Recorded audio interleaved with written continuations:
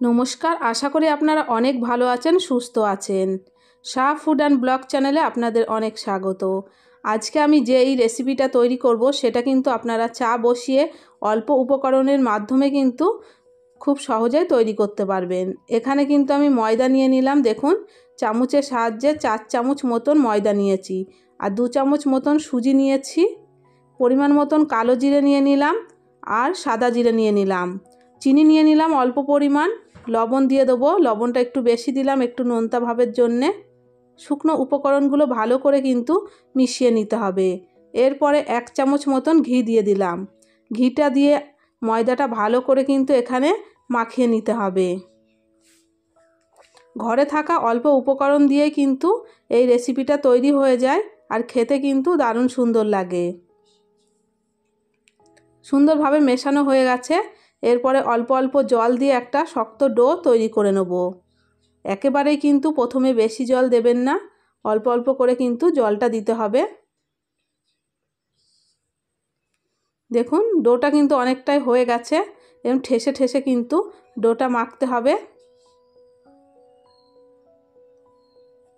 ডোটা রেডি হয়ে গেছে, 10 মিনিটের জন্য কিন্তু এখানে রেস্টে রেখে দেবো। 10 মিনিট হয়ে গেছে, ঢাকনাটা তুলে নিলাম। একটা রুটি করার পিঁড়ি নিয়ে নিয়েছি, তার মধ্যে হাতের সাহায্যে একটু মাখিয়ে নিয়ে এবার কিন্তু গোল করে বেলে নিতে হবে। যতটা পারবেন ততটা কিন্তু গোল করবেন, বেশি পাতলা করতে যাবেন না, তাহলে কিন্তু এটা ছিঁড়ে যাবে, বেশ ভালো হবে না। দেখুন এখানে কিন্তু অনেকটাই বড় আমি করে নিয়েছি। একটা বোতলের ঢাকনি নিয়ে নিয়েছি, সেই ঢাকনাটা দিয়ে কিন্তু ছোট ছোট করে কেটে নেব। এখানে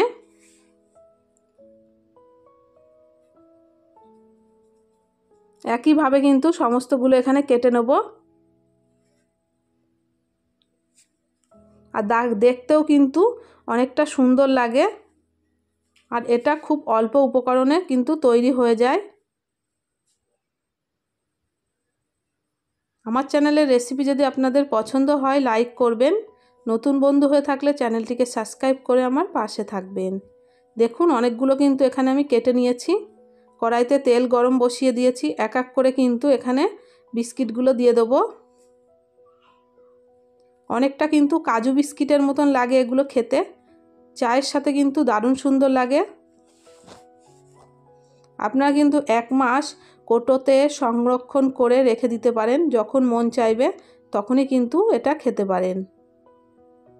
খুব কম আঁচে কিন্তু এটা ভাজতে হবে, একটু হাতে সময় নিয়ে, না হলে কিন্তু উপর থেকে পুরো পুড়ে যাবে, ভেতরটা কাঁচা থেকে যাবে। ভালো করে নাড়াচাড়া করে লাল রং যেই হয়ে যাবে তখন কিন্তু এগুলো তুলে নিতে হবে। বাদবাকিগুলো কিন্তু একইভাবে এখানে ভেজে তুলে নেব।